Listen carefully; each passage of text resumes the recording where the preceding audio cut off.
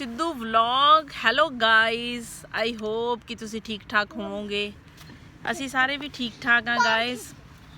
ते अज हैगा वा डे संडे ते असी आए हुए हाँ जंबो। स्नोफॉल तो बाद वाला संडे जिहड़ा आ रहा ते अज बहुत वधिया धुप्प आ थीवे ते आलीशान दे फादर प्ले कर रहे हैं। तो साडा आपदा भी दिल सी कि असी धुप्पे जाइए तो चलो आलीशान ने तो कोई खास जिद की नहीं पर असी लै आए उन्होंने। तो वे अज बहुत ज़्यादा ग्रीकी लोग बहुत ज़्यादा और बच्चे भी बहुत ही आ, बहुत बच्चे, कोई मास्का नहीं किसी दे लाया होया। ग्रीकी बच्चे बहुत ज़्यादा वा नाल पेरेंट्स भी। तो आ संडे बहुत ज़्यादा रश आ, बड़े दिनों बाद धुप्प मिली आ। शुक्र है कि ग्रीस दे विच धुप्प आ ते धुप्प वेखण नूं मिली। तो तुहानूं मैं थोड़ा जिहा विखाउणी आ आलीशान और आलीशान दे फादर की कर रहे आ। ते आ देखो फ्रेंड्स सिद्धू साहब जी, हेलो हेलो जी। ते उधर देखो गड्डियां तुहानूं दिख रही होणियां दूरों दूरों, बहुत सारियां गड्डियां वा, बहुत रश आ। इदां ही थोड़े थोड़े जिहड़े सर्कल बने हुए आ, सिटिंग प्लेस बनी हुई आ, उत्थे लोग बैठे हुए आ। ते बहुत सारे उधरली साइड जिहड़ा मेन जम्मू दा ओह अगे फ्रंट आ, उत्थे बहुत लोग आ। ते असी इत्थे बैठे हुए आ क्योंकि असी व्लॉग भी बनाउणा सी। ते देखो ते आलीशान पूरा फन कर रही है, पूरा प्ले कर रही है। हाँ जी सिद्धू साहब, फिर अज और जी किदां, ठीक ठाक हो? सत श्री अकाल सारिਆਂ ਨੂੰ। Welcome to Sidhu blog. Welcome to Sidhu vlog. हाँ जी, तुसी साडे व्लॉग ਨੂੰ ਬਹੁਤ ਪਿਆਰ ਦਿੰਨੇ ਆ ਤੇ ਕਮੈਂਟ ਵੀ ਸੋਹਣੇ ਸੋਹਣੇ ਕਰਦੇ ਆ, ਉਹਨਾਂ ਨੂੰ ਬਹੁਤ ਬਹੁਤ ਥੈਂਕਸ। ਔਰ ਹਰ ਇੱਕ ਵੀਡੀਓ ਤੇ ਕਈ ਲੋਕ ਕਮੈਂਟ ਕਰਦੇ ਆ ਤੇ ਪਰਸਨਲੀ ਤੌਰ ਤੇ ਉਹਨਾਂ ਨੂੰ ਥੈਂਕਸ। ਤੇ ਬਾਕੀ ਕਮੈਂਟ ਦੇ ਨਾਲ ਕਾਫੀ ਕੁਝ ਪਤਾ ਚੱਲਦਾ ਬੰਦੇ ਨੂੰ, ਹਨਾ। ਕੁਝ ਤੁਸੀਂ ਨਵਾਂ ਵੇਖਣਾ ਚਾਹੁੰਦੇ ਆ ਤਾਂ ਉਹਦੇ ਬਾਰੇ ਵੀ ਤੁਸੀਂ ਸਾਨੂੰ ਕੁਝ ਸਲਾਹ ਦੇ ਸਕਦੇ ਆ ਤੇ ਅਸੀਂ ਕੋਸ਼ਿਸ਼ ਕਰਾਂਗੇ ਕਿ ਅਸੀਂ ਫ੍ਰੀ ਹੋ ਕੇ ਉਹ ਬਣਾਈਏ। ਤੇ ਬਾਕੀ ਅਸੀਂ ਠੰਡ ਕਰਕੇ ਬਾਹਰ ਨਹੀਂ ਨਿਕਲੇ ਹੈਗੇ, ਬਿਜ਼ੀ ਨਹੀਂ ਸੀਗੇ, ਠੰਡ ਕਰਕੇ ਬਾਹਰ ਨਹੀਂ ਨਿਕਲੇ। ਠੰਡ ਬਹੁਤ ਸੀ, ਠੰਡ ਬਹੁਤ ਜ਼ਿਆਦਾ ਸੀ ਤੇ ਅਸੀਂ ਨਹੀਂ ਨਿਕਲੇ। ਹੁਣ ਅਸੀਂ ਕੋਸ਼ਿਸ਼ ਕਰਾਂਗੇ ਕਿ ਅਸੀਂ ਬਾਹਰ ਨਿਕਲੀਏ ਸਾਡੇ ਚੰਗੇ ਦਿਨ ਨੇ ਤੇ ਚੰਗੇ ਦਿਨ ਅਸੀਂ ਸੋਚਦੇ ਗਰਮੀ 'ਚ ਇੱਕ ਦਿਨ ਵੀ ਘਰ ਨਾ ਬੈਠੀਏ। ਹੁਣ ਸਾਡੇ ਚੰਗੇ ਦਿਨ ਸ਼ੁਰੂ ਨੇ ਕਿਉਂਕਿ ਸਾਡੇ ਸੰਨ ਆ ਗਿਆ। ਸਿੱਧੂ ਸਾਹਿਬ ਕਹਿ ਰਹੇ ਵੀ ਸਾਡੇ ਚੰਗੇ ਦਿਨ ਸ਼ੁਰੂ ਆ ਕਿਉਂਕਿ ਸਾਡੇ ਧੁੱਪ ਆ ਗਈ ਆ, ਸੂਰਜ ਦੇਵਤਾ ਆ ਗਏ ਆ। ਤੇ ਹੁਣ ਗਰਮੀਆਂ ਦੀਆਂ ਮੌਜਾਂ ਸਾਰੇ ਤਕਰੀਬਨ ਲੋਕ ਕਰਨਗੇ, ਬਾਕੀ ਨਾਲ ਨਾਲ ਜੌਬ ਵੀ ਚੱਲੂਗੀ। ਹਰ ਦਿਨ ਫ੍ਰੀ ਨਹੀਂ ਹੁੰਦੇ, ਜ਼ਰੂਰੀ ਨਹੀਂ ਆ ਵੀ ਸੰਡੇ ਨੂੰ ਫ੍ਰੀ ਆ। ਅਗਰ ਸੰਡੇ ਨੂੰ ਫ੍ਰੀ ਆ ਤਾਂ ਜ਼ਰੂਰ ਕੋਸ਼ਿਸ਼ ਕਰਾਂਗੇ ਵੀ ਆਲੀਸ਼ਾਨ ਨੂੰ ਕਿਸੇ ਪਾਸੇ ਲੈ ਕੇ ਜਾਈਏ। ਬੀਚ ਦਾ ਜ਼ਿਆਦਾ ਹੁੰਦਾ ਇੱਥੇ। ਤੇ ਉਧਰ ਦੇਖੋ ਬਹੁਤ ਜ਼ਿਆਦਾ ਰਸ਼ ਆ ਗਾਇਸ, ਬਹੁਤ ਜ਼ਿਆਦਾ ਰਸ਼ ਆ। ਇਸੇ ਕਰਕੇ ਅਸੀਂ ਥੋੜਾ ਜਿਹਾ ਜ਼ਿਆਦਾ ਲੋਕਾਂ ਦੇ ਵਿੱਚ, ਕਮਿਊਨਿਟੀ 'ਚ ਜ਼ਿਆਦਾ ਨਹੀਂ ਗਏ ਹੈਗੇ, ਜ਼ਿਆਦਾ ਲੋਕਾਂ 'ਚ, ਕਿਉਂਕਿ ਫਿਰ ਵੀਡੀਓ ਨਹੀਂ ਆਪਾਂ ਉੱਥੇ ਬਣਾ ਸਕਦੇ ਹੈਗੇ ਕਿ ਕਿਸੇ ਦੀ। ਹੋ ਸਕਦਾ ਕਿਸੇ ਬੰਦੇ ਨੂੰ ਕੋਈ ਆਬਜੈਕਸ਼ਨ ਵੀ ਹੋਵੇ ਵੀਡੀਓ ਤੇ, ਇਸ ਕਰਕੇ ਅਸੀਂ ਆਪਣਾ ਪਰਸਨਲੀ ਇੱਧਰ ਹੀ ਬੈਠੇ ਆ ਕਿਉਂਕਿ ਬਹੁਤ ਧੁੱਪ ਆ ਰਹੀ ਆ। ਤੇ ਅੱਜ ਸਿੱਧੂ ਸਾਹਿਬ ਕੋਈ ਖਾਸ ਟੌਪਿਕ ਤੇ ਤੁਹਾਡੇ ਨਾਲ ਗੱਲ ਕਰਨਗੇ ਤੇ ਆਲੀਸ਼ਾਨ ਨੂੰ ਥੋੜਾ ਜਿਹਾ ਪਲੇ ਕਰਾ ਕੇ ਫਿਰ ਫ੍ਰੀ ਹੁੰਨੇ ਆ, ਫਿਰ ਕਰਦੇ ਆ ਟੌਪਿਕ ਤੇ ਗੱਲ ਤੁਹਾਡੇ ਨਾਲ। ਕਿਉਂਕਿ ਕਈਆਂ ਨੇ ਸਾਨੂੰ ਕਈ ਕਮੈਂਟ ਕੀਤੇ ਆ ਤੇ ਉਸੇ ਟੌਪਿਕ ਤੇ ਆਪਾਂ ਅੱਜ ਤੋਂ ਸਟਾਰਟ ਕਰਾਂਗੇ। ਥੋੜਾ ਥੋੜਾ ਵਰਕ ਕਰਾਂਗੇ, ਕੋਸ਼ਿਸ਼ ਕਰਾਂਗੇ ਕਿ ਟਰਾਈ ਕਰਾਂਗੇ ਸਾਰੀਆਂ ਚੀਜ਼ਾਂ ਤੁਹਾਨੂੰ ਦੱਸ ਸਕੀਏ। ਤੇ ਬਾਕੀ ਕਈ ਗੱਲਾਂ ਆਪਾਂ ਦੇ ਬਾਰੇ ਆਪਾਂ ਨੂੰ ਕਲੀਅਰ ਨਹੀਂ ਹੁੰਦਾ, ਉਹ ਵੀ ਕਲੀਅਰ ਕਰਕੇ ਆਪਾਂ ਜ਼ਰੂਰ ਦੱਸਾਂਗੇ। ਮਿਲਦੇ ਆ ਤੁਹਾਨੂੰ ਫਿਰ ਥੋੜੀ ਦੇਰ ਬਾਅਦ। ਹਾਂਜੀ ਗਾਇਸ, ਹੁਣ ਮੰਨੂ ਆਲੀਸ਼ਾਨ ਨਾਲ ਪਲੇ ਕਰਨ ਲੱਗੀ ਆ ਤੇ ਮੈਂ ਤੁਹਾਡੇ ਨਾਲ ਇੱਕ ਗੱਲ ਕਰਨ ਲੱਗਿਆ ਇੱਕ ਟੌਪਿਕ ਤੇ। ਬੜੇ ਕਮੈਂਟ ਆਏ ਸੀ, ਕਹਿੰਦੇ ਸੀ ਵੀ ਗਰੀਸ ਬਾਰੇ, ਵਰਕ ਬਾਰੇ ਦੱਸੋ ਤਾਂ ਕਿ ਜਿਹੜੇ ਨਵੇਂ ਬੰਦੇ ਆਉਂਦੇ ਨੇ ਉਹਨਾਂ ਨੂੰ ਪਤਾ ਹੋਵੇ ਕਿ ਵੀ ਵਰਕ ਦਾ ਕੀ ਹਿਸਾਬ ਕਿਤਾਬ ਆ। ਤੇ ਤੁਸੀਂ ਦੇਖ ਰਹੇ ਹੋ ਇੱਧਰ ਆਲੀਸ਼ਾਨ ਤੇ ਮੰਨੂ ਪਲੇ ਕਰਦੀਆਂ ਪਏ ਨੇ ਦੋਵੇਂ, ਤੇ ਤੁਸੀਂ ਉਹਨਾਂ ਨੂੰ ਵੇਖੋ। ਨਾਲੇ ਮੈਂ ਤੁਹਾਨੂੰ ਦੱਸਣ ਲੱਗਿਆ ਇੱਥੇ ਦੇ ਹਾਲਾਤ ਗਰੀਸ ਦੇ, ਵੀ ਇੱਥੇ ਦਾ ਕੀ ਸਿਸਟਮ ਆ, ਕੀ ਹਿਸਾਬ ਕਿਤਾਬ ਆ। ਗੱਲ ਇਹ ਆ ਜੀ, ਜਦੋਂ ਤਾਂ ਆਪਾਂ ਆਉਂਦੇ ਆ ਪੇਪਰਾਂ ਦੇ ਵਰਕ ਪਰਮਿਟ ਤੇ ਆਉਂਦੇ ਆ, ਉਹਨਾਂ ਲਈ ਹੈਗਾ ਇੱਥੇ ਜੋਬਾਂ ਫੈਕਟਰੀਆਂ 'ਚ, ਤੇ ਉਹ ਆਪਣੇ ਆ ਕੇ ਕਾਨੂੰਨੀਕਾ, ਜਿਵੇਂ ਆਪਾਂ ਕਹਿੰਦੇ ਕਾਨੂੰਨ 'ਚ ਆ ਕੇ ਟੈਕਸ ਵਗੈਰਾ ਲਾ ਕੇ ਕਿਸੇ ਫੈਕਟਰੀ 'ਚ ਕੰਮ ਕਰ ਸਕਦੇ ਨੇ। ਉਹਨਾਂ ਦੇ ਸਾਰੇ ਪੇਪਰ ਕਾਨੂੰਨੀਕਾ ਸਾਰੇ ਚੱਲਦੇ ਨੇ, ਉਹਨਾਂ ਦਾ ਟੈਕਸ ਵੀ ਉਤਰਦਾ, ਉਹਨਾਂ ਦਾ ਸਾਰਾ ਕੁਝ ਉਤਰਦਾ। ਤੇ ਜਿਹੜੇ ਆਉਂਦੇ ਨੇ 2 ਨੰਬਰ 'ਚ, ਉਹਨਾਂ ਦੀ ਸਭ ਤੋਂ ਵੱਡੀ ਪ੍ਰੋਬਲਮ ਪਹਿਲਾਂ ਤਾਂ ਇਹ ਹੈ ਕਿ ਉਹਨਾਂ ਨੂੰ ਕੰਮ ਨਹੀਂ ਮਿਲਦਾ। ਜੇਕਰ ਕੰਮ ਮਿਲਦਾ ਵੀ ਆ ਤਾਂ ਬਹੁਤ ਘੱਟ ਕੰਮ ਆ ਇੱਥੇ ਗਰੀਸ ਦੇ ਵਿੱਚ, ਖਾਸ ਕਰ ਖੇਤੀ ਦਾ ਹੀ ਕੰਮ ਆ 2 ਨੰਬਰ 'ਚ। ਤਾਂ ਜਿਹੜੇ ਬੰਦੇ ਆਉਂਦੇ ਨੇ ਉਹਨਾਂ ਲਈ, ਜਿਹੜੇ ਡੋਂਕੀਆਂ ਲਾ ਕੇ ਆ ਰਹੇ ਨੇ ਨਵੇਂ ਮੁੰਡੇ, ਉਹਨਾਂ ਲਈ ਤਾਂ ਬਸ ਫਿਰ ਇਹੀ ਆ ਵੀ ਜਿਵੇਂ ਕਿ ਖੇਤੀ ਦਾ ਕਰ ਲਿਆ ਜਾਂ ਕਿਵੇਂ ਕੋਈ ਦਿਹਾੜੀ ਦਾ ਆਪਾਂ ਇੱਧਰ ਉੱਧਰ ਲਾ ਲਿਆ, ਹੈ ਨਾ। ਹਾਂਜੀ ਗਾਇਸ, ਗੱਲ ਮੈਂ ਤੁਹਾਨੂੰ ਦੱਸਦਾ ਪਿਆ ਸੀ ਵੀ ਜਿਹੜੇ ਤਾਂ ਹੈਗੇ ਨੇ ਆਪਣੇ ਪੇਪਰਾਂ ਤੇ, ਉਹਨਾਂ ਦਾ ਤੁਹਾਨੂੰ ਮੈਂ ਦੱਸ ਹੀ ਦਿੱਤਾ। ਜਿਹੜੇ ਰਹੇ ਗੱਲ ਆਪਣੇ 2 ਨੰਬਰ 'ਚ ਆਉਂਦੇ ਨੇ, ਉਹਨਾਂ ਨੂੰ ਇਹ ਹੈ ਵੀ ਬਾਹਰ ਬੂਰ ਦਿਹਾੜੀਆਂ ਲਾਉਣੀਆਂ ਪੈਂਦੀਆਂ ਨੇ, ਤੇ ਉਹ ਦਿਹਾੜੀਆਂ ਦਾ ਹਿਸਾਬ ਕਿਤਾਬ ਆਪਣੇ ਵਾਲਾ ਹੀ ਇੰਡੀਆ ਵਾਲਾ, ਕਿਤੇ ਮਿਲ ਗਈ ਕਿਤੇ ਨਹੀਂ ਮਿਲ ਗਈ। ਖੇਤੀ ਦੇ ਕੰਮ ਤਕਰੀਬਨ 8 ਕੁ ਮਹੀਨੇ ਕੰਮ ਚੱਲਦਾ, ਤੇ ਜੇ ਤਾਂ ਲਗਾਤਾਰ ਦਿਹਾੜੀ ਲੱਗਦੀ ਆ 25 ਰੁਪਏ ਦਿਹਾੜੀ ਲਾ ਲਓ ਵੀ ਉਹਦਾ 750 ਰੁਪਇਆ ਬਣਦਾ 30 ਦਿਨ ਲਾ ਕੇ।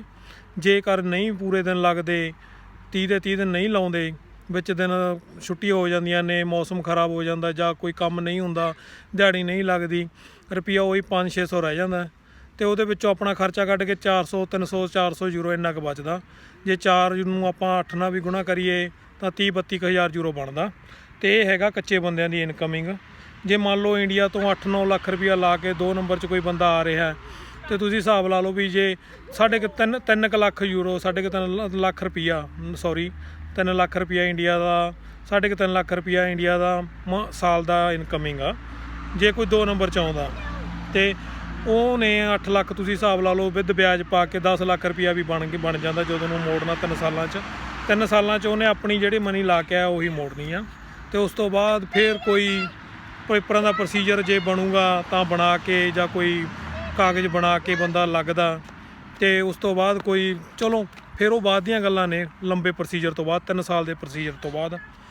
ਤੇ ਉਸ ਤੋਂ ਪਹਿਲਾਂ ਤਾਂ ਮਤਲਬ ਵੀ ਖੱਜਲ ਖਵਾਰੀ ਹੈ, ਉਹ ਖੱਜਲ ਖਵਾਰੀ ਹੈ। ਤੁਹਾਨੂੰ ਦੱਸ ਰਿਹਾ ਮੈਂ ਵੀ ਜਿਹੜੀ ਗੱਲ, ਪਤਾ ਕੀ ਚੱਕਰ ਆ, ਜੇ ਕੋਈ ਪੇਪਰਾਂ ਤੇ ਵੀ ਆਉਂਦੇ ਆ, ਜੇ ਆਪਾਂ ਤੁਹਾਨੂੰ ਪੇਪਰਾਂ ਦੀ ਗੱਲ ਕਰਦੇ ਹਾਂ, ਪੇਪਰਾਂ ਦਾ ਪ੍ਰੋਸੀਜਰ ਵੀ ਇਹ ਆ, ਜੇ ਬੰਦਾ ਪੇਪਰਾਂ ਤੇ ਆਉਂਦਾ, ਮੰਨ ਲਓ ਆ ਕੇ ਪੇਪਰ ਆਪਣੇ ਇੱਥੇ ਤੇ ਲੈ ਲੈਂਦਾ, ਵੀਜ਼ੇ ਤੇ ਆਉਂਦਾ, 8-9 ਲੱਖ ਰੁਪਈਆ ਉਹ ਵੀ ਲਾ ਕੇ ਆਉਂਦਾ, ਤੇ ਉਹਦੀ ਇਨਕਮਿੰਗ ਉਹੀ ਆ 700 750 ਯੂਰੋ 800 ਯੂਰੋ ਇੱਥੇ ਇਨਕਮਿੰਗ ਫੈਕਟਰੀਆਂ 'ਚ।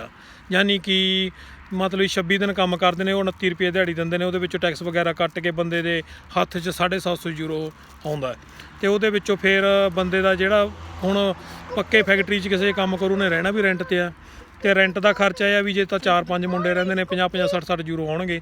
ਜੇ ਕਿਤੇ ਇਕੱਲਾ ਬੰਦੇ ਨੂੰ ਰਹਿਣਾ ਪਏਗਾ ਫਿਰ ਤਾਂ 100-150 ਯੂਰੋ ਤਾਂ ਰੈਂਟ ਆ, ਤੇ ਉਹ ਪੈ ਜਾਣਾ। ਫਿਰ ਘਰ ਦਾ ਗਰੋਸਰੀ ਦਾ ਖਰਚਾ, ਤੇ ਇਹ ਖਰਚੇ ਪਾ ਕੇ ਯਾਨੀ ਕਿ ਉਹਨੂੰ ਵੀ ਉਹੀ 300-350 ਯੂਰੋ ਦੀ ਬਚਤ ਹੈ।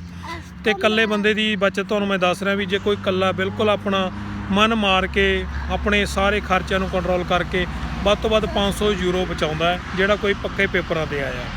ਜਿਹੜਾ ਕਿ 2 ਨੰਬਰ 'ਚ ਆ ਉਹ ਤਾਂ ਫਿਰ ਉਹੀ 300 350 400 300 400 ਆ ਇਨਕਮਿੰਗ ਆ ਕੱਚੇ ਬੰਦਿਆਂ ਦੀ।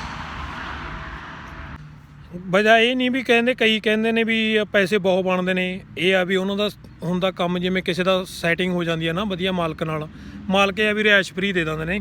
ਉਹ ਰਿਹਾਇਸ਼ ਫਰੀ ਦੇਣ ਨਾਲ ਕੀ ਹੁੰਦਾ ਕਿ ਫਿਰ ਜੇ ਬੰਦਾ ਪੱਕੇ ਕੰਮ ਤੇ ਚੜ ਜਾਂਦਾ, ਕੱਚੇ ਬੰਦਿਆਂ ਨੂੰ ਐ ਹੁੰਦਾ ਜਿਹੜੇ 2 ਨੰਬਰ 'ਚ ਆਉਂਦੇ ਨੇ, ਕਈ ਵਾਰ ਉਹਨਾਂ ਨੂੰ ਮਾਲਕ ਰੱਖ ਲੈਂਦੇ ਨੇ ਪੱਕੇ ਤੇ ਵੀ, ਚੱਲ ਨਾ ਇਹਨੇ ਕਿਤੇ ਜਾਣਾ, ਨਾ ਕੋਈ ਆਉਣਾ, ਨਾ ਇਹਦਾ ਕੋਈ ਪੇਪਰਾਂ ਦਾ ਖਰਚਾ, ਕੰਮ ਪਾਣੀ ਪੂਣੀ ਬਦਲ ਲਿਆ, ਹੋਰ ਕੰਮ ਕਰ ਲਏ, ਇਹਨੇ ਕਿਹੜਾ ਸ਼ਹਿਰ ਜਾਣਾ। ਤੇ ਉਹ ਫਿਰ 2 ਨੰਬਰ 'ਚ ਨਾ ਉਹਨਾਂ ਨੂੰ ਟੈਕਸ ਭਰਨਾ ਪੈਂਦਾ ਸਰਕਾਰ ਨੂੰ, ਉਹ 2 ਨੰਬਰ 'ਚ ਬੰਦੇ ਨੂੰ ਰੱਖ ਲੈਂਦੇ ਤੇ ਰਿਹਾਇਸ਼ ਵਿੱਚ ਦੇ ਦਿੰਦੇ ਨੇ। ਉਹਦੇ ਨਾਲ ਇਹ ਹੁੰਦਾ ਕਿ ਬੰਦੇ ਦਾ ਰਿਹਾਇਸ਼ ਦਾ ਖਰਚਾ ਵੱਧ ਜਾਂਦਾ, ਤੇ ਉਹ ਬੰਦਾ ਫਿਰ ਬਣਾਈ ਜਾਂਦਾ 700-600 ਬਣਾਈ ਜਾਂਦਾ, ਕਿਉਂਕਿ ਫਿਰ ਜਿਹੜੇ ਬੰਦਿਆਂ ਨੂੰ ਇਹ ਪੱਕੇ ਤੇ ਰੱਖਦੇ ਨੇ ਉਹਨੂੰ ਇਹ 800-850 900 ਤੇ ਰੱਖਦੇ ਨੇ। ਉਹਦੇ ਵਿੱਚ ਇਹ ਹੁੰਦਾ ਕਿ ਫਿਰ ਤੁਸੀਂ 24 ਘੰਟਿਆਂ ਲਈ ਉਹਨਾਂ ਦੇ ਗੁਲਾਮ ਹੋ, ਰਾਤ ਦਿਨ ਤੁਹਾਨੂੰ ਉਹ ਆਪਣੇ ਮਤਲਬ ਲਈ ਯੂਜ਼ ਕਰਦੇ ਨੇ। ਪਾਣੀ ਬਦਲਿਆ ਹੋਇਆ ਲਓ 800-900 ਦੇ ਵਿੱਚ ਉਹ ਤੁਹਾਨੂੰ 24 ਘੰਟਿਆਂ ਲਈ ਬੰਨ ਲੈਂਦੇ ਨੇ, ਪੂਰੇ ਮਹੀਨੇ ਲਈ। ਉਹਨਾਂ ਨੇ ਉੱਕਾ ਪੁੱਕਾ ਇਹ ਹੁੰਦਾ ਜਿਵੇਂ ਆਪਾਂ ਸੀਰ ਰਲਾਉਂਦੇ ਹਾਂ ਇੰਡੀਆ ਦੇ ਵਿੱਚ, ਕੋਈ ਸੀਰੀ ਰੱਖਦੇ ਹਾਂ, ਤੇ ਉਹੀ ਕੰਮ ਆ, ਸੇਮ ਪ੍ਰੋਸੀਜਰ ਆ। ਜਿਹੜਾ ਸੀਰੀ ਰਲਦਾ ਇੱਥੇ, ਸੀਰੀ ਆਪਾਂ ਸੀਰ ਕਰਦਾ ਕੋਈ ਜਿਹੜਾ ਕਿਸੇ ਮਾਲਕ ਨਾਲ ਪੱਕਾ, ਉਹ ਸੀਰ ਵਾਲਾ ਕੰਮ ਹੋ ਜਾਂਦਾ। ਜਿਵੇਂ ਆਪਾਂ ਸੀਰੀ ਕੋਈ ਰਲਾ ਲੈਂਦੇ ਹਾਂ, ਕੋਈ ਨੌਕਰ ਰੱਖਦੇ ਹਾਂ ਇੰਡੀਆ ਦੇ ਵਿੱਚ, ਉਹਨੂੰ ਆਪਾਂ ਉੱਕਾ ਪੁੱਕਾ ਤੇ ਕਰ ਲੈਂਦੇ ਹਾਂ ਵੀ ਤੇਰੇ ਨਾਲ ਉੱਕਾ ਪੁੱਕਾ ਸਾਲ ਦਾ ਜਾਂ ਮਹੀਨੇ ਦਾ ਜਾਂ 6 ਮਹੀਨਿਆਂ ਦਾ ਇਹ ਆ, ਤੇ ਉਹਦੇ ਵਿੱਚ ਤੈਨੂੰ ਆਹ ਕੁਛ ਅਸੀਂ ਦੇਣਾ। ਉਹੀ ਇਹਨਾਂ ਦਾ ਹੁੰਦਾ, ਉਹ ਹੁੰਦਾ ਸਿਰਫ ਕੱਚੇ ਬੰਦਿਆਂ ਲਈ, ਕਿਉਂਕਿ ਇੱਕ ਪੱਕਾ ਬੰਦਾ ਤਾਂ ਫਿਰ ਕੋਈ ਠੇਕਾ ਮਾਰਦਾ ਨਹੀਂ, ਬਹੁਤ ਘੱਟ ਨੇ। ਜਿਹੜੇ ਪੁਰਾਣੇ ਨੇ, ਜਿਹੜੇ ਬਹੁਤ ਪੁਰਾਣੇ ਟਿਕੇ ਹੋਏ ਨੇ ਕਿਸੇ ਮਾਲਕਾਂ ਦੇ, ਉਹਨਾਂ ਨੇ ਤਾਂ ਪੱਕੇ ਠੇਕੇ ਲਾਈ ਹੋਏ ਨੇ, ਉਹ ਤਾਂ ਪੱਕੇ ਹੀ ਨੇ, 1000 1200 ਯੂਰੋ ਲੈ ਰਹੇ ਨੇ, ਰਿਹਾਇਸ਼ਾਂ ਵਿੱਚ ਨੇ, ਉਹ ਰਹਿ ਰਹੇ ਨੇ ਪੁਰਾਣੇ ਉਹਨਾਂ ਦੇ ਮਾਲਕਾਂ ਦੀ 20 ਸਾਲ ਹੋ ਗਏ, ਕਿਸੇ ਨੂੰ 25 ਸਾਲ ਹੋ ਗਏ। ਪਰ ਜਿਹੜੀ ਨਵੀਂ ਪਨੀਰੀ ਆ, ਨਵੇਂ ਨੇ, ਲਾ ਲਓ ਸਾਡੀ ਏਜ ਦੇ ਲਾ ਲਓ, ਜੇ ਇਹਨਾਂ 'ਚੋਂ ਕੋਈ ਵੀ ਇਸ ਜਿਹੇ ਕੰਮ 'ਚ ਨਹੀਂ ਪੈਣਾ ਚਾਹੁੰਦਾ ਪੱਕੇ 'ਚ, ਕਿਉਂਕਿ ਪੱਕੇ ਕੰਮ ਦੇ ਵਿੱਚ ਬੰਦਾ 24 ਘੰਟੇ ਲਈ ਬੰਨਿਆ ਹੁੰਦਾ। ਉਹਦੇ ਵਿੱਚ ਇਹ ਹੁੰਦਾ ਵੀ ਰਾਤ ਨੂੰ ਵੀ ਪਾਣੀ ਬਦਲਣਾ, ਮੋਟਰਾਂ ਚਲਾਉਣੀਆਂ, ਜੋ ਆਪਣੇ ਖੇਤੀਆਂ ਦਾ ਕੰਮ ਹੁੰਦਾ ਸੇਮ ਪ੍ਰੋਸੀਜਰ ਆ। ਤੇ ਬਾਕੀ ਰਹੀ ਗੱਲ, ਇਹ ਜਿਹੜਾ ਕੰਮ ਆ ਗ੍ਰੀਸ ਦੇ ਵਿੱਚ, ਖਾਸ ਕਰ ਗ੍ਰੀਸ 'ਚ ਤੁਹਾਨੂੰ ਦੱਸਣ ਲੱਗਿਆ, ਜਿੱਥੇ ਅਸੀਂ ਰਹਿੰਦੇ ਹਾਂ, ਜਿਹੜੇ ਏਰੀਏ 'ਚ ਅਸੀਂ ਰਹਿੰਦੇ ਹਾਂ, ਇੱਥੇ ਸਭ ਤੋਂ ਜ਼ਿਆਦਾ ਖੇਤੀ ਦਾ ਕੰਮ ਆ। ਇੱਥੇ ਹੈਗਾ ਆਲੂ ਅਤੇ ਗੰਢਿਆਂ ਦਾ ਕੰਮ ਆ। ਇਹ ਹੁੰਦਾ ਮੌਸਮੀ, ਤੇ 3 ਕੁ ਮਹੀਨੇ ਕੰਮ ਦਾ ਜ਼ੋਰ ਹੁੰਦਾ ਜਦੋਂ ਪਟਾਈ ਹੁੰਦੀ ਆ, 3 ਕੁ ਮਹੀਨੇ ਗੰਢਿਆਂ ਦਾ ਜ਼ੋਰ ਹੁੰਦਾ ਜਦੋਂ ਪਟਾਈ ਹੁੰਦੀ ਆ। ਹਾਂਜੀ ਗਾਇਸ, ਜਿਹੜਾ ਹੈਗਾ ਖੇਤ ਇਹ ਕੰਮ ਤੁਹਾਨੂੰ ਜਿਹੜੇ ਮੈਂ ਦੱਸੇ ਨੇ ਵੀ ਇਹ ਸਾਰੇ ਟੋਟਲ ਪ੍ਰੋਸੀਜਰ ਇਹਨਾਂ ਦਾ 8 ਮਹੀਨਿਆਂ ਦਾ ਕੁੱਲ ਮਿਲਾ ਕੇ, ਵਾਧੇ ਘਾਟੇ ਕੱਢ ਕੇ ਵਿੱਚ ਮੀਂਹ ਕੱਢ ਕੇ, ਮੀਂਹ ਕਣੀ ਕੱਢ ਕੇ, ਵਿੱਚ ਜਿਹੜੀ ਸਨੋ ਵਗੈਰਾ ਹੁੰਦੀ ਆ ਉਹ ਸਾਰਾ ਕੱਢ ਕੇ ਤਕਰੀਬਨ 8 ਮਹੀਨੇ ਕੰਮ ਚੱਲਦਾ। ਜੇ ਲਗਾਤਾਰ ਆਪਾਂ 8 ਮਹੀਨੇ ਟੋਟਲ ਜੋੜ ਬਣਾਈਏ, ਜਿਨ੍ਹਾਂ ਦੇ ਵਿੱਚ ਕੋਈ ਮਹੀਨੇ 20 ਦਿਨ ਲੱਗ ਗਏ, ਕਿਸੇ ਮਹੀਨੇ 'ਚ 10 ਦਿਨ ਲੱਗ ਗਏ, ਸਰਦੀਆਂ 'ਚ ਕਿਸੇ 15 ਦਿਨ ਲੱਗ ਗਏ।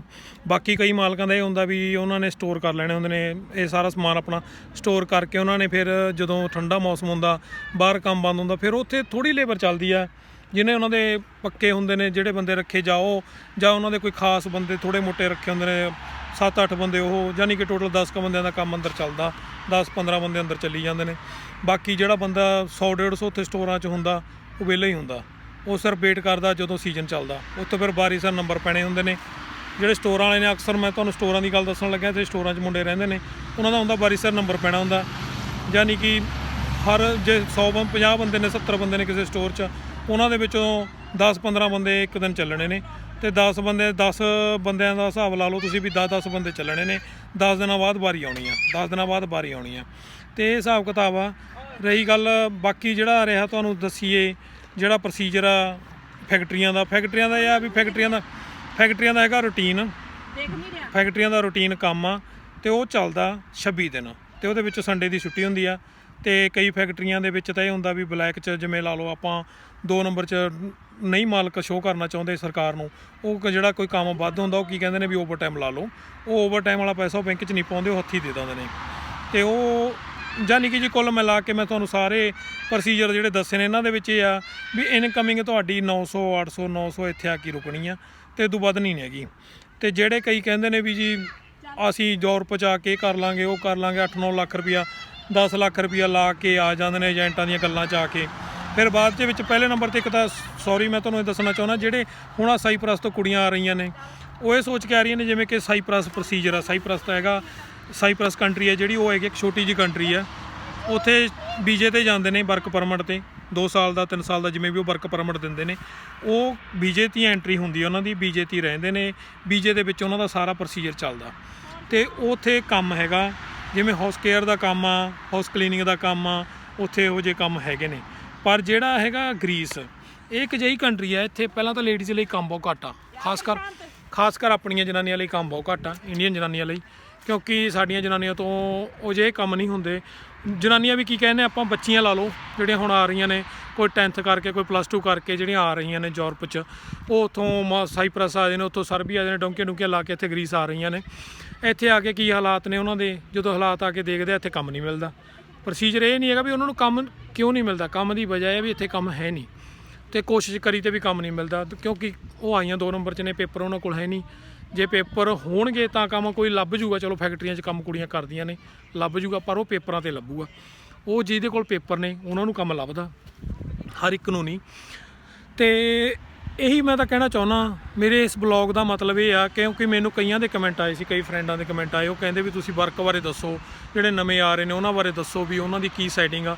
ਉਹਨਾਂ ਦੀ ਸੈਟਿੰਗ ਮੇਰਾ ਵੀਰ, ਮੇਰੀਆਂ ਭੈਣੋ, ਇਹੀ ਆ ਵੀ ਪਹਿਲੇ ਨੰਬਰ 'ਤੇ ਬਾਹਰ ਆਉਣ ਦਾ ਕੋਈ ਫਾਇਦਾ ਨਹੀਂ ਜੇ ਤੁਹਾਡੇ ਕੋਲ ਪੇਪਰ ਨਹੀਂ, ਵਰਕ ਪਰਮਿਟ 'ਤੇ ਨਹੀਂ ਆ ਰਹੇ। ਦੂਜੇ ਨੰਬਰ 'ਤੇ ਜਿਹੜੀ ਗ੍ਰੀਸ ਕੰਟਰੀ ਆ, ਇਹਦੇ ਲਈ 8-9 ਲੱਖ ਰੁਪਈਆ ਲਾ ਕੇ, 10 ਲੱਖ ਰੁਪਈਆ ਲਾ ਕੇ ਤੁਸੀਂ ਇੱਥੇ ਆ ਰਹੇ ਹੋ। 8-9 ਲੱਖ ਤੁਸੀਂ ਉੱਥੇ ਕੋਈ ਕਾਰੋਬਾਰ 'ਤੇ ਲਾਓ, ਇੰਡੀਆ ਤੁਹਾਡਾ ਕੋਈ ਕੰਮਕਾਰ 8-9 ਲੱਖ 'ਚ ਵਧੀਆ ਤੋਰ ਸਕਦੇ ਹੋ। ਪਰ ਇੱਥੇ ਆ ਕੇ ਤੁਸੀਂ ਫੇਰ ਉਹੀ ਦਿਹਾੜੀਏ ਕਰਨੀ ਆ, ਲੇਬਰ, ਜਿਹਨੂੰ ਲੇਬਰ ਕਹਿ ਦਿੰਦੇ ਆਪਾਂ। ਹੁਣ ਸਾਨੂੰ 20-20 ਸਾਲ ਹੋ ਗਏ, ਅਸੀਂ ਵੀ ਅੱਜ ਵੀ ਫੈਕਟਰੀਆਂ 'ਚ ਕੰਮ ਕਰ ਰਹੇ, ਅਸੀਂ ਕਿਹੜਾ ਕੋਈ ਗਾਂ ਇੱਥੇ ਬਿਜ਼ਨਸ ਕਰ ਲਏ, ਠੀਕ ਹੈ ਨਾ। ਇਨਕਮਿੰਗ ਉਨੀ ਕਾ ਜਿਹਦੇ ਨਾਲ ਬਿਜ਼ਨਸ ਤਾਂ ਹੋਣੇ ਨਹੀਂ, ਠੀਕ ਹੈ ਨਾ। ਤੇ ਇਨਕਮਿੰਗ ਦੇ ਹਿਸਾਬ ਨਾਲ ਇਹ ਬਿਜ਼ਨਸ ਹੁੰਦਾ ਨਾ, ਜੇ ਕੋਈ ਇਨਕਮਿੰਗ ਹੋਊਗੀ ਤਾਂ ਹੀ ਬਿਜ਼ਨਸ ਹੋਊਗਾ। ਪਹਿਲੇ ਨੰਬਰ 'ਤੇ ਇਹ ਹੁੰਦਾ ਕਿ ਜਿਵੇਂ ਕੋਈ ਕੰਮ ਤੋਂ ਆਪਾਂ ਆ ਜਾਂਦੇ ਹਾਂ, ਜਦੋਂ ਇਕੱਲੇ ਹੁੰਦੇ ਹਾਂ ਉਦੋਂ ਆਪਾਂ ਮੁੰਡਿਆਂ ਨਾਲ ਰਹਿ ਕੇ 400-500 ਬਚਾਈ ਜਾਂਦੇ ਹਾਂ। ਫਿਰ ਕੀ ਹੁੰਦਾ, ਫੈਮਲੀਆਂ ਦੇ ਖਰਚੇ ਆ ਜਾਂਦੇ ਨੇ, ਫੈਮਲੀਆਂ ਨੂੰ ਬੁਲਾਉਣ ਦੇ, ਪੇਪਰਾਂ ਦੇ ਖਰਚੇ, ਪੇਪਰਾਂ ਤੋਂ ਬਾਅਦ ਫੈਮਲੀਆਂ ਤੋਂ ਬਾਅਦ ਗਾਂ ਬੱਚਿਆਂ ਦਾ, ਯਾਨੀ ਕਿ ਅੱਗੇ ਤੋਂ ਅੱਗੇ ਖਰਚੇ ਵੱਧਦੇ ਨੇ। ਤੇ ਇਨਕਮਿੰਗ ਉਹੀ ਆ 800-900 800-900, ਇਹ ਤੋਂ ਵੱਧ ਇਨਕਮਿੰਗ ਨਹੀਂ ਹੈਗੀ ਗ੍ਰੀਸ 'ਚ। ਤੇ ਬਾਕੀ ਗਾਇਜ਼, ਮੈਂ ਇਹ ਨਹੀਂ ਕਹਿੰਦਾ ਵੀ ਆਪਾਂ ਕਿਸੇ ਨੂੰ ਰੋਕਦੇ ਨਹੀਂ ਵੀ ਕੋਈ ਨਾ ਆਓ ਜਾਂ ਯੂਰਪ 'ਚ ਆਉਣਾ ਨਹੀਂ ਚਾਹੀਦਾ, ਸਭ ਦੀ ਆਪੋ ਆਪਣੀ ਚੋਇਸ ਆ, ਜਿਹਦਾ ਜਿਵੇਂ ਦਿਲ ਕਰਦਾ। ਮੈਂ ਤੁਹਾਨੂੰ ਖਾਸ ਕਰ ਗ੍ਰੀਸ ਬਾਰੇ, ਜਿੱਥੇ ਅਸੀਂ ਰਹਿ ਰਹੇ ਹਾਂ, ਇੱਥੇ ਦੀਆਂ ਕੁਝ ਗੱਲਾਂ ਤੁਹਾਨੂੰ ਦੱਸ ਰਿਹਾ ਵੀ ਖਾਸ ਕਰ ਕੁੜੀਆਂ ਨੂੰ, ਛੋਟੀਆਂ ਉਮਰ ਦੀਆਂ ਬੱਚੀਆਂ ਨੂੰ, ਜਿਨ੍ਹਾਂ ਨੇ ਘਰ ਪਾਣੀ ਦਾ ਗਲਾਸ ਨਹੀਂ ਕਦੇ ਚੱਕਿਆ, ਆਪਣੇ ਇੰਡੀਆ ਕੰਮ ਨਹੀਂ ਕੀਤਾ, ਉਹ ਆ ਕੇ ਇੱਥੇ ਖੇਤੀ ਦਾ ਕੰਮ ਤਾਂ ਕਰ ਨਹੀਂ ਸਕਦੀਆਂ। 2 ਨੰਬਰ 'ਚ ਆ ਕੇ ਕੰਮ ਇੱਥੇ ਖੇਤੀ ਦੇ ਨੇ, ਤੇ ਜਿਹੜੇ ਖੇਤੀ ਦੇ ਕੰਮ ਨੇ ਉਹ 2 ਨੰਬਰ 'ਚ ਕਰਨੇ ਪੈਂਦੇ ਨੇ 2 ਨੰਬਰ ਵਾਲੇ ਲੋਕ। ਗਾਇਸ ਵੀ ਜਿਹੜਾ 2 ਨੰਬਰ ਦਾ ਮਤਲਬ ਮੈਂ ਕੋਈ ਗਲਤ ਨਾ ਤੁਸੀਂ ਲੈ ਜਿਓ। 2 ਨੰਬਰ ਦੇ ਵਿੱਚ ਮੈਂ ਕਹਿਣਾ ਵੀ ਜਿਵੇਂ ਕਿ ਏਜੰਟਾਂ ਨੂੰ ਆਪਾਂ ਦੇ ਕੇ ਡੋਂਕੀਆਂ ਸ਼ੌਂਕੀਆਂ ਲਾ ਕੇ ਪੈਸੇ ਦੇ ਕੇ ਆਪਾਂ ਆ ਜਾਂਦੇ ਹਾਂ, ਉਹ ਆ ਮੇਰਾ ਕਹਿਣ ਦਾ ਮਤਲਬ ਵੀ ਜਦੋਂ ਆਪਾਂ ਆਉਂਦੇ ਹਾਂ ਤੇ ਇੱਥੇ ਆ ਕੇ ਫਿਰ ਇੰਨੀਆਂ ਤੰਗੀਆਂ ਤਕਲੀਫਾਂ ਦਾ ਸਾਹਮਣਾ ਕਰਨਾ ਪੈਂਦਾ ਤੇ ਫਿਰ ਅੱਗੇ ਜਾਣ ਦਾ ਵੀ ਕੋਈ ਰਸਤਾ ਨਹੀਂ। ਕਿਉਂਕਿ ਜੇ ਵੀ ਕੋਈ ਵੀ ਜਾਣਾ ਜਾਂ ਤਾਂ ਵਾਪਸ ਇੱਧਰ ਸਰਬੀਆ ਵਾਪਸ ਕੰਟਰੀਆਂ ਛੋਟੀਆਂ ਕੰਟਰੀਆਂ ਵਿੱਚ ਹੋਣਾ ਪੈਣਾ, ਉਹ ਫਿਰ ਸਮਝੋ ਯੂਰਪ ਤੋਂ ਆਊਟ ਹੋ ਗਏ। ਜੇ ਇੱਥੋਂ ਦੀ ਜਾਣਾ ਤਾਂ ਇੱਥੇ ਕੋਈ ਪੇਪਰ ਨਹੀਂ ਹੈਗਾ ਤੁਹਾਡੇ ਕੋਲ, ਤੁਸੀਂ ਜਾ ਨਹੀਂ ਸਕਦੇ। ਇਸ ਕਰਕੇ ਮੇਰਾ ਤਾਂ ਰਿਕੁਐਸਟ ਇਹ ਆ ਸਾਰਿਆਂ ਲਈ, ਮੇਰੇ ਬਲੌਗ ਬਣਾਉਣ ਦਾ ਮਤਲਬ ਇਹ ਹੀ ਆ ਵੀ ਜੇ ਆਉਣਾ ਤੁਸੀਂ ਆਓ, ਜ਼ਰੂਰ ਆਓ। ਜੀ ਆਇਆਂ ਨੂੰ ਯੂਰਪ 'ਚ ਆਉਣਾ ਚਾਹੀਦਾ। ਸੈਟਿੰਗ ਆਪਣੇ ਪਰਿਵਾਰ ਦੀ ਕਰੋ ਜਿਹਨੂੰ ਜਿਵੇਂ ਸਹੀ ਲੱਗਦਾ, ਪਰ ਆਓ ਕਿਸੇ ਤਰੀਕੇ ਨਾਲ, ਕਿਸੇ ਕਾਨੂੰਨ 'ਚ, ਤਾਂ ਕਿ ਚਲੋ ਜੇ ਤੁਸੀਂ ਜ਼ਿਆਦਾ ਨਹੀਂ ਤਾਂ ਆ ਕੇ ਆਪਣੇ ਕਿਸੇ ਇੱਕ ਨੰਬਰ 'ਚ ਕੋਈ ਕੰਮ ਤਾਂ ਕਰ ਸਕੋ। ਕੋਈ ਆਪਣੇ ਪੇਪਰ ਤਾਂ ਤੁਹਾਡੇ ਕੋਲ ਹੋਣਗੇ ਨਹੀਂ, ਚਲੋ ਤੁਸੀਂ ਇੱਥੇ ਕੰਮ ਹੋਊਗਾ, ਤੁਸੀਂ ਆਪਣੇ ਪੇਪਰ ਬਣਾ ਕੇ ਅੱਗੇ ਵੀ ਕਿਤੇ ਜਾਣ ਜੋਗੇ ਹੋਵੋਗੇ, ਕਿਸੇ ਹੋਰ ਕੰਟਰੀ ਸੈੱਟ ਕਰ ਲਓਗੇ। ਤੇ ਇਸ ਕਰਕੇ ਗਾਇਸ ਇਹ ਬਲੌਗ ਦੇ ਵਿੱਚ ਸਿਰਫ ਤੁਹਾਨੂੰ ਮੈਂ ਦੱਸੇ ਨੇ ਗਰੀਸ ਦੇ ਵਰਕ ਦੇ ਹਾਲਾਤ, ਤੇ ਇਹਦੇ ਵਿੱਚ ਤੁਹਾਨੂੰ ਸਾਰੇ ਮੈਂ ਖੇਤੀ ਦੇ ਕੰਮਾਂ ਦਾ ਤੇ ਫੈਕਟਰੀ ਏਰੀਆ ਸਾਰੇ ਬਾਰੇ ਤੁਹਾਨੂੰ ਦੱਸਤਾ। ਇੱਥੇ ਦੀ ਇਨਕਮਿੰਗ ਤੁਹਾਨੂੰ ਦੱਸਤੀ ਵੀ ਕਿੰਨੀ। ਗਾਇਸ ਇਹ ਤੁਹਾਨੂੰ ਮੈਂ ਉਹ ਦੱਸਿਆ ਜਿਹੜੇ ਕਿ ਆਮ ਵਿਚਰਦੇ ਅਸੀਂ 60.70% ਲੋਕਾਂ ਨੂੰ ਮੈਂ ਦੇਖਦਾ ਜਿਹੜੇ ਕਿ ਜਿਨ੍ਹਾਂ ਦੀ ਇਹੀ ਇਨਕਮਿੰਗ ਆ, ਇਸ ਤਰ੍ਹਾਂ ਦੇ ਉਹ ਕੰਮ ਕਰ ਰਹੇ ਨੇ। ਤੇ ਇਹ ਨਹੀਂ ਮੈਂ ਕਹਿੰਦਾ ਵੀ ਇੱਥੇ ਬਣਦੇ ਨਹੀਂ, ਹੋ ਸਕਦਾ ਕੋਈ 70,000 ਲੱਖ 80,000 ਬਣਾ ਰਿਹਾ ਹੋਵੇ, ਪਾਈ ਜਾਂਦਾ ਹੋਵੇ ਇੰਡੀਆ ਨੂੰ ਬਣਾ ਕੇ ਜੋੜ ਕੇ ਕਮਾ ਕੇ। ਮੈਂ ਸਭ ਦੇ ਹਾਲਾਤ ਨਹੀਂ ਦੱਸ ਰਿਹਾ, ਮੈਂ 70-80% ਲੋਕ ਉਹ ਦੱਸ ਰਿਹਾ ਜਿਹੜਿਆਂ ਨਾਲ ਅਸੀਂ ਆਮ ਵਿਚਰਦੇ ਹਾਂ, ਦੇਖਦੇ ਹਾਂ ਵੀ ਉਹ ਇਸ ਹਾਲਾਤ 'ਚ ਰਹਿ ਰਹੇ ਨੇ। ਤੇ ਇੱਥੇ ਤੱਕ ਕਿ ਕਈ ਪੇਪਰਾਂ ਵਾਲੇ ਵੀ ਮਜਬੂਰ ਨੇ, ਜਿਹੜੇ ਮੁੰਡੇ ਨਵੇਂ ਆਏ ਨੇ ਪੇਪਰ ਨੇ, ਪਰ ਉਹ ਇੱਥੋਂ ਕੰਟਰੀ ਤੋਂ ਮੂਵ ਉਸ ਤੱਕ ਉਦੋਂ ਤੱਕ ਨਹੀਂ ਹੋ ਸਕਦੇ ਜਿੰਨਾ ਚਿਰ ਉਹ 5 ਸਾਲ ਉਹਨਾਂ ਨੂੰ ਹੁੰਦੇ ਨਹੀਂ। 5 ਸਾਲ ਤੋਂ ਬਾਅਦ ਇੱਕ ਐਪੀਮੈਕਰੋ ਕਾਰਡ ਬਣਦਾ, ਉਹ ਕਾਰਡ ਬਣਾ ਕੇ ਤੁਸੀਂ ਯੂਰਪ ਦੀ ਕਿਸੇ ਹੋਰ ਕੰਟਰੀ 'ਚ ਜਾ ਸਕਦੇ ਹੋ। ਜੇ ਹੁਣ ਤੁਸੀਂ ਹੁਣ ਜਾਂਦੇ ਹੋ, ਹੁਣ ਤੁਹਾਨੂੰ ਅੱਗੇ ਜਾ ਕੇ ਵੀ ਉਹੀ 2 ਨੰਬਰ ਵਾਲਾ ਕੰਮ ਹੋ ਜਾਂਦਾ, ਕਿਉਂਕਿ ਜਦੋਂ ਤੁਹਾਡੇ ਕੋਲ ਐਪੀਮੈਕਰੋ ਨਹੀਂ, ਤੁਹਾਡੇ ਪੇਪਰ ਨਹੀਂ ਟਰਾਂਸਫਰ ਹੋ ਸਕਦੇ ਇਸ ਕੰਟਰੀ 'ਚੋਂ। ਤੇ ਇਸ ਲਈ ਵੀ ਤੁਹਾਨੂੰ 5 ਸਾਲ ਵੇਟ ਕਰਨੀ ਪੈਂਦੀ ਆ। ਜਿਹੜਾ ਕੋਈ 2 ਨੰਬਰ 'ਚ ਆਉਂਦਾ ਉਹਨੂੰ 7 ਸਾਲ ਵੇਟ ਕਰਨੀ ਪੈਂਦੀ ਆ। 7 ਸਾਲ ਬਾਅਦ ਉਹ ਪੇਪਰ ਅਪਲਾਈ ਕਰ ਸਕਦਾ 7 ਸਾਲਾਂ ਦੇ ਪ੍ਰੂਫ 'ਤੇ। ਉਹ ਪ੍ਰੂਫਾਂ ਦੇ ਵਿੱਚ ਉਹਨੂੰ 7 ਸਾਲ ਦਾ ਸ਼ੋਅ ਕਰਨਾ ਪੈਂਦਾ ਕਿ ਅਸੀਂ ਇਸ ਕੰਟਰੀ 'ਚ 7 ਸਾਲਾਂ ਤੋਂ ਰਹਿ ਰਹੇ ਹਾਂ, ਵਰਕ ਕਰ ਰਹੇ ਹਾਂ, ਤੇ ਕਾਨੂੰਨ ਦੇ ਵਿੱਚ, ਕਿਸੇ ਕਾਨੂੰਨਾਂ ਦੇ ਵਿੱਚ ਅਸੀਂ ਤੁਹਾਡੇ 'ਚ ਰਹਿ ਰਹੇ ਹਾਂ। ਜਿਹੜੇ ਵੀਰ ਜਾਂ ਭੈਣਾਂ ਕੋਈ ਨਵਾਂ ਆਇਆ ਇੱਥੇ ਗਰੀਸ ਦੇ ਵਿੱਚ, ਜਿਹਨੂੰ ਨੌਲੇਜ ਨਹੀਂ ਹੈਗੀ, ਉਹਨਾਂ ਨੂੰ ਇਹ ਦੱਸ ਦੇਵਾਂ ਕਿ ਇੱਥੇ ਖਾਸ ਕਰ ਕਈ ਦਫ਼ਤਰ ਇਹੋ ਜਿਹੇ ਬਣੇ ਹੋਏ ਨੇ ਜਿਹੜੇ ਆਪਾਂ ਠੇਕੇਦਾਰ ਇੰਡੀਆ ਕਹਿ ਦਿੰਦੇ, ਆਪਾਂ ਠੇਕੇਦਾਰ ਜਾਂ ਏਜੰਟ ਕਹਿ ਦਿੰਦੇ ਆ। ਉਹ ਕੀ ਕਰਦੇ ਨੇ, ਆਪਾਂ ਤੋਂ 200-400 ਯੂਰੋ ਜਾਂ ਕੋਈ ਖਰਚਾ ਲੈਂਦੇ ਨੇ, ਉਹਦੇ ਨਾਲ ਉਹ ਆਪਣੇ ਪੇਪਰ ਲੈਂਦੇ ਨੇ। ਤੇ ਪੇਪਰਾਂ ਵਾਲੇ ਲਈ ਦੱਸ ਰਿਹਾ ਮੈਂ, ਤੇ ਉਹ ਤੁਹਾਨੂੰ ਕੰਮ ਲੱਭ ਕੇ ਦੇ ਦਿੰਦੇ ਨੇ, ਤੇ ਉਸ ਤੋਂ ਬਾਅਦ ਤੁਸੀਂ ਕੰਮ ਕਰ ਸਕਦੇ ਹੋ ਵਧੀਆ ਤਰੀਕੇ ਨਾਲ ਤੇ ਨੋਮੋ ਦੇ ਵਿੱਚ ਰਹਿ ਕੇ ਕਾਨੂੰਨ 'ਚ। ਜਾਂ ਇਹ ਹੁੰਦਾ ਕਈ ਠੇਕੇਦਾਰਾਂ ਦਾ ਇਹ ਆ ਵੀ ਤੁਹਾਨੂੰ ਕੰਮ ਤੇ ਲਵਾ ਦੇਣਗੇ, ਉਹਨਾਂ ਦਾ ਕਮਿਸ਼ਨ ਹੁੰਦਾ ਤੁਹਾਡੇ ਮਗਰ, ਵੀ ਤੁਹਾਨੂੰ ਉਹ ਕੰਮ ਕਰ ਜਿੱਥੇ ਵੀ ਲਵਾਉਣਗੇ ਉੱਥੋਂ ਉਹਨਾਂ ਨੇ ਕਮਿਸ਼ਨ ਲੈਣਾ ਵੀ ਅਸੀਂ ਤੁਹਾਨੂੰ ਬੰਦਾ ਦਿੱਤਾ। ਤੇ ਘਰਾਂ ਦਾ ਵੀ ਤੁਹਾਨੂੰ ਮੈਂ ਇਹ ਸਲਾਹ ਦੇਵਾਂ ਵੀ ਜੇ ਕਈ ਹੁੰਦੇ ਨੇ ਉਹਨਾਂ ਨੂੰ ਹੁੰਦਾ ਮਜਬੂਰੀ ਹੁੰਦੀ ਆ, ਘਰ ਨਹੀਂ ਲੱਭਦਾ। ਇੱਥੇ ਹਰ ਸ਼ਹਿਰ ਦੇ ਵਿੱਚ ਤਕਰੀਬਨ, ਜਿਵੇਂ ਆਪਾਂ ਡੀਲਰ ਕਹਿ ਦਿੰਦੇ ਆ, ਡੀਲਰਾਂ ਦੇ ਦਫ਼ਤਰ ਹੁੰਦੇ ਨੇ, ਤੁਸੀਂ ਉੱਥੇ ਜਾਓ, ਉਹਨਾਂ ਨਾਲ ਗੱਲ ਕਰੋ ਵੀ ਸਾਨੂੰ ਇਸ ਰੇਟ ਦੇ ਵਿੱਚ ਘਰ ਰੈਂਟ 'ਤੇ ਚਾਹੀਦਾ। ਉਹਨਾਂ ਨੇ ਆਪਣਾ ਖਰਚਾ ਲੈਣਾ, ਤੁਹਾਨੂੰ ਘਰ ਲੱਭ ਕੇ ਦੇ ਦੇਣਗੇ। ਤਾਂ ਉਹਦੇ ਵਿੱਚ ਇਹ ਆ ਵੀ ਤੁਹਾਨੂੰ ਕੋਈ ਖੱਜਲ ਖਵਾਰੀ ਜਾਂ ਕਿਸੇ ਪ੍ਰੋਬਲਮ ਦਾ ਸਾਹਮਣਾ ਨਹੀਂ ਕਰਨਾ ਪੈਣਾ ਵੀ ਕਿਸ ਤਰ੍ਹਾਂ ਸੈਟਿੰਗ ਆਊਗੀ। ਬਾਕੀ ਗਾਇਸ ਤੁਸੀਂ ਆਪ ਸਾਰੀ ਸਮਝਦਾਰ ਹੋ, ਜੋ ਤੁਹਾਨੂੰ ਬਲੌਗ ਦੇ ਵਿੱਚ ਦੱਸਿਆ ਇਹਦੇ ਬਾਰੇ ਸਾਰੀ ਤੁਹਾਨੂੰ ਨੌਲੇਜ ਦੇ ਦਿੱਤੀ ਆ ਵੀ ਜਿਵੇਂ ਵੀ ਤੁਸੀਂ ਰਹਿਣਾ ਚਾਹੁੰਦੇ ਹੋ ਜਾਂ ਜਿਸ ਤਰ੍ਹਾਂ ਤੁਸੀਂ ਕੰਮ ਕਰਨਾ ਚਾਹੁੰਦੇ ਹੋ ਉਹਦੇ ਬਾਰੇ। ਜਿਹੜੇ ਕਈ ਕੱਚੇ ਨੇ, ਕੱਚਿਆਂ ਲਈ ਵੀ ਕੋਈ ਠੇਕੇਦਾਰ ਜੇ ਵੀ ਹੈਗੇ ਨੇ ਜਿਹੜੇ ਬੰਦੇ ਇਹਨੂੰ ਲਿਜਾਂਦੇ ਨੇ ਕੰਮਾਂ 'ਤੇ, ਉਹਨਾਂ ਦਾ ਕੀ ਹੁੰਦਾ, ਉਹ ਕਮਿਸ਼ਨ ਹੁੰਦਾ ਉਹਨਾਂ ਦਾ, ਉਹ ਇਕੱਠੇ ਬੰਦਿਆਂ ਨੂੰ ਲੈਂਦੇ ਨੇ। ਉਹਨਾਂ ਦੇ ਵਿੱਚ ਕਈ ਪਾਕਿਸਤਾਨੀ ਜਾਂ ਕੋਈ ਗਰੀਕੀ ਜਾਂ ਕੋਈ ਉਹ ਵੀ ਠੇਕੇਦਾਰ ਹੈਗੇ ਨੇ, ਉਹਨਾਂ ਦਾ ਕੰਮ ਇਹ ਹੀ ਆ ਸਿਰਫ ਬੰਦਿਆਂ ਨੂੰ ਕੰਮ 'ਤੇ ਲਵਾਉਣਾ ਤੇ ਉਹਨਾਂ ਦਾ ਕਮਿਸ਼ਨ ਲੈਣਾ। ਕਈ ਕਮਿਸ਼ਨ ਬੰਦਿਆਂ ਤੋਂ ਲੈਂਦੇ ਨੇ ਵੀ ਅਸੀਂ ਤੁਹਾਡੇ ਤੋਂ ਕਮਿਸ਼ਨ ਲੈ ਕੇ ਅਸੀਂ ਬੰਦਿਆਂ ਨੂੰ ਕੰਮ 'ਤੇ ਲਵਾ ਦਿੰਦੇ ਹਾਂ, ਜਿਵੇਂ ਕਿ ਤੁਸੀਂ 25 ਰੁਪਏ ਦਿਹਾੜੀ ਲਈ ਉਹਦੇ ਵਿੱਚੋਂ 22 ਤੁਹਾਨੂੰ ਦੇਣੇ। ਜਾਂ ਕਈ ਹੁੰਦੇ ਨੇ ਵੀ ਤੁਹਾਡੇ ਨਾਲ ਉੱਕਾ ਪੁੱਕਾ ਕਰ ਲੈਂਦੇ ਨੇ ਵੀ ਅਸੀਂ ਤੁਹਾਨੂੰ ਰੁਪਈਆ 700 750 ਮਹੀਨੇ ਦਾ ਦਵਾਵਾਂਗੇ, ਪਰ ਜਦੋਂ ਤੁਹਾਡੀ ਅਸੀਂ ਪਹਿਲੀ ਸੈਲਰੀ ਅਸੀਂ ਰੱਖਾਂਗੇ, ਉਸ ਤੋਂ ਬਾਅਦ ਸਾਰੀ ਸੈਲਰੀਆਂ ਤੁਹਾਡੀਆਂ ਨੇ। ਇਹ ਅਲੱਗ-ਅਲੱਗ ਪ੍ਰੋਸੀਜਰ ਨੇ। ਜੇ ਕੋਈ ਵੀ ਬੰਦਾ ਜਾਂ ਕੋਈ ਵੀਰ ਭਰਾ ਕੋਈ ਕੰਮ ਲੱਭਣਾ ਚਾਹੁੰਦਾ ਤਾਂ ਆਪਣੇ ਏਰੀਏ 'ਚ ਗੌਰ ਕਰੋ, ਤੁਹਾਡੇ ਲਾਗੇ ਛਾਗੇ ਕੋਈ ਡੀਲਰ ਹੋਵੇ ਜਾਂ ਕੋਈ ਵੀ ਹੋਵੇ।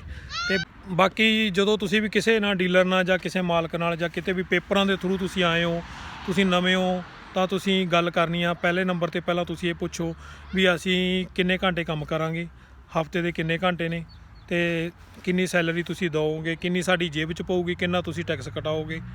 ਉਸ ਤੋਂ ਬਾਅਦ ਬਾਕੀ ਜਿਹੜੇ ਰਹੀ ਗੱਲ ਜਿਹੜਾ ਕੋਈ 2 ਨੰਬਰ 'ਚ ਆਇਆ ਉਹਦਾ ਤਾਂ ਚਲੋ ਇਹਦੇ ਬਾਰੇ ਕੋਈ ਬਣਦਾ ਹੀ ਨਹੀਂ, ਇਹਦੇ ਨਾਲ ਕੋਈ ਤੁੱਕ ਬਣਦਾ ਹੀ ਨਹੀਂ ਹੈਗਾ ਪੁੱਛਣ ਦਾ, ਠੀਕ ਹੈ ਨਾ।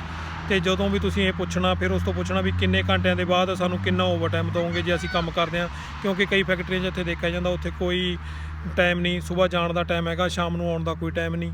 ਉੱਥੇ ਆਪਣੇ ਬੰਦੇ ਵੀ ਕੰਮ ਕਰ ਰਹੇ ਨੇ, ਪਰ ਉਹ ਰੂਟੀਨ ਤੀ ਪੁਰਾਣੇ ਸਮੇਂ ਤੋਂ ਹੀ ਚੱਲਦਾ ਆ ਰਿਹਾ, ਉਹਨਾਂ ਦਾ ਕੋਈ ਨਹੀਂ ਬਦਲਦਾ ਹੈਗਾ। ਤੇ ਜੇ ਹੁਣ ਤੁਸੀਂ ਕੋਈ ਨਵਾਂ ਕਿਸੇ ਜਗ੍ਹਾ ਤੇ ਵੀ ਜਾਂਦਾ, ਪਹਿਲਾਂ ਤੁਸੀਂ ਆਪਣੀ ਤਸੱਲੀ ਕਰ ਲੈਣੀ ਆ ਕੀ ਟਾਈਮ ਆ, ਕਿੰਨੇ ਘੰਟੇ ਤੁਸੀਂ ਜੌਬ ਕਰਨੀ ਆ, ਬਾਕੀ ਖਾਣਾ ਪਾਣੀ ਕੀ ਦੇਣਾ ਤੁਸੀਂ, ਰੋਟੀ ਦੁਪਹਿਰ ਦੀ ਦੇਣੀ ਆ ਜਾਂ ਕੀ ਆ, ਸਾਰੇ ਚੀਜ਼ਾਂ ਇਹ ਤੁਸੀਂ ਨੌਲੇਜ ਦੀਆਂ ਪਹਿਲਾਂ ਪੁੱਛ ਕੇ ਫਿਰ ਅਗਲੇ ਨਾਲ ਡੀਲ ਡਨ ਕਰਨੀ ਆ। ਕਈ ਵਾਰ ਹੁੰਦਾ ਆਪਾਂ ਸੋਚਦੇ ਹਾਂ ਯਾਰ ਕੰਮ ਨਹੀਂ ਹੈਗਾ, ਕੰਮ ਲੱਗ ਜਾਂਦੇ ਆ, ਉਹ ਕੀ ਹੁੰਦਾ ਆਪਾਂ ਨੂੰ ਲਾ ਲੈਂਦੇ ਨੇ ਕੰਮ ਤੇ, ਕਹਿ ਦਿੰਦੇ ਨੇ ਜੀ ਤੁਹਾਡਾ ਮਹੀਨੇ ਦੇ ਵਿੱਚ ਇਹ ਹੁੰਦਾ ਵੀ ਤੁਸੀਂ ਸਵੇਰ 7 ਵਜੇ ਚਲੇ ਗਏ, 7 ਤੋਂ 3 ਡਿਊਟੀ ਖਤਮ ਹੋ ਗਈ, ਉਸ ਤੋਂ ਬਾਅਦ 3 ਤੋਂ ਲੈ ਕੇ 5 ਵਜੇ ਛੱਡਿਆ, 6 ਵਜੇ ਛੱਡਿਆ, 2-2.5 ਘੰਟੇ ਰੋਜ਼ ਦੇ ਤੁਹਾਡੇ ਓਵਰ ਟਾਈਮ 'ਚ ਲੱਗੀ ਜਾਂਦੇ ਨੇ। ਫਿਰ ਉਹ ਕੀ ਹੁੰਦਾ, ਮਹੀਨੇ ਬਾਅਦ ਤੁਹਾਨੂੰ 100 ਰੁਪਈਆ ਵੱਧ ਪਾ ਦਿੰਦੇ ਨੇ, ਕਹਿ ਦਿੰਦੇ ਨੇ ਜੀ ਅਸੀਂ ਤੁਹਾਨੂੰ ਓਵਰ ਟਾਈਮ ਪਾਤਾ, ਪਰ 100 ਰੁਪਈਆ ਓਵਰ ਟਾਈਮ 'ਚ ਨਹੀਂ ਆਉਂਦਾ। ਜੇ ਦੇਖਿਆ ਜਾਵੇ ਤੁਸੀਂ ਰੋਜ਼ ਦੇ ਵੀ 2 ਘੰਟੇ ਵੀ 3 ਘੰਟੇ ਵੀ ਵੱਧ ਲਾਉਂਦੇ ਹੋ, 9-10 ਯੂਰੋ ਬਣਾਉਂਦੇ ਤਾਂ ਮਹੀਨੇ ਦਾ 300 ਯੂਰੋ ਬਣਦਾ। 300 ਯੂਰੋ ਨੂੰ ਜੇ ਆਪਾਂ 800 ਦੇ ਨਾਲ ਪਲੱਸ ਕਰੀਏ ਕਿੱਧਰ ਨੂੰ ਗੱਲ ਜਾਂਦੀ ਹੈ, ਤੇ 1100 ਦੇ ਹੱਥ ਨੂੰ ਪੈ ਜਾਂਦਾ, ਪਰ ਉਹ 800 ਦੇ 900 ਪਾ ਕੇ 850 ਪਾ ਕੇ ਕਹਿ ਦਿੰਦੇ ਨੇ ਜੀ ਤੁਹਾਨੂੰ ਅਸੀਂ ਪੈਸੇ ਪਾਤੇ ਉੱਪਰ।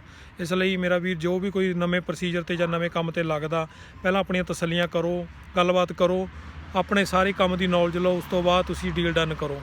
ਬਾਕੀ ਤੁਹਾਨੂੰ ਇਹੋ ਜਿਹੇ ਅਸੀਂ ਬਲੌਗ ਲੈ ਕੇ ਆਉਂਦੇ ਰਹਾਂਗੇ।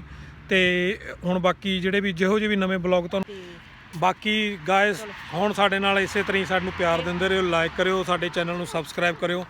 ਫਿਰ ਇੱਕ ਤੁਹਾਡੇ ਲਈ ਕੋਈ ਨਵਾਂ ਬਲੌਗ ਲੈ ਕੇ ਆਵਾਂਗੇ। ਤੇ ਹੁਣ ਤੁਸੀਂ ਦੇਖਿਓ ਆਲੀਸ਼ਾਨ ਸਾਡੀ ਅੱਜ ਪੂਰਾ ਇੰਜੋਏ ਕਰ ਰਹੀ ਆ ਸਾਨੂੰ, ਤੇ ਮੰਨੂ ਵੀ ਮੈਂ ਵੀ ਸਾਰੀ ਅਸੀਂ ਇੰਜੋਏ ਕਰਨੇ ਆਏ ਆ। ਧੁੱਪ ਬੜੀ ਸੋਹਣੀ ਲੱਗੀ ਆ, ਤੇ ਦੇਖ ਸਕਦੇ ਹੋ ਕਿੰਨੀ ਸੋਹਣੀ ਧੁੱਪ ਲੱਗੀ ਹੋਈ ਅੱਜ, ਪੂਰਾ ਨਿੱਘਾ ਮੌਸਮ ਆ। ਬੜੇ ਦਿਨਾਂ ਬਾਅਦ ਸਨੋ ਦੇ ਵਿੱਚ ਅਸੀਂ 10 ਦਿਨ ਕਰ ਰਹੇ ਹਾਂ, ਬੜਾ ਮੁਸ਼ਕਿਲਾਂ ਨਾਲ ਦਿਨ ਕੱਟੇ ਨੇ। ਤੇ ਹੁਣ ਗਾਇਸ ਬਲੌਗ ਦਾ ਕਰਦੇ ਆ ਐਂਡ, ਲੈ ਕੇ ਆਵਾਂਗੇ ਇੱਕ ਨਵਾਂ ਬਲੌਗ। ਤੇ ਅੱਜ ਹੈਗਾ ਦਿਨ ਸੰਡੇ ਨੂੰ ਇੰਜੋਏ ਕਰਨਾ ਅਸੀਂ ਬਾਹਰ ਆਏ ਸੀ, ਤੇ ਅਸੀਂ ਇੱਕ ਛੋਟੀ ਜਿਹੀ ਕਲਿੱਪ ਤੁਹਾਡੇ ਨਾਲ ਸ਼ੇਅਰ ਕੀਤੀ ਆ, ਕੁਛ ਕੁ ਨੌਲੇਜ ਦੀਆਂ ਗੱਲਾਂ, ਕੁਛ ਕੁ ਇੰਜੋਏਮੈਂਟ। ਬਾਕੀ ਬਣੇ ਰਹੋ, ਲਾਈਕ ਕਰਿਓ, ਸਬਸਕ੍ਰਾਈਬ ਕਰਿਓ, ਸਾਡੇ ਚੈਨਲ ਨੂੰ ਵੱਧ ਤੋਂ ਵੱਧ ਪਿਆਰ ਦਿਓ, ਇਸੇ ਤਰ੍ਹਾਂ ਹੀ ਪਿਆਰ ਦਿੰਦੇ ਰਹੋ। Okay guys, bye.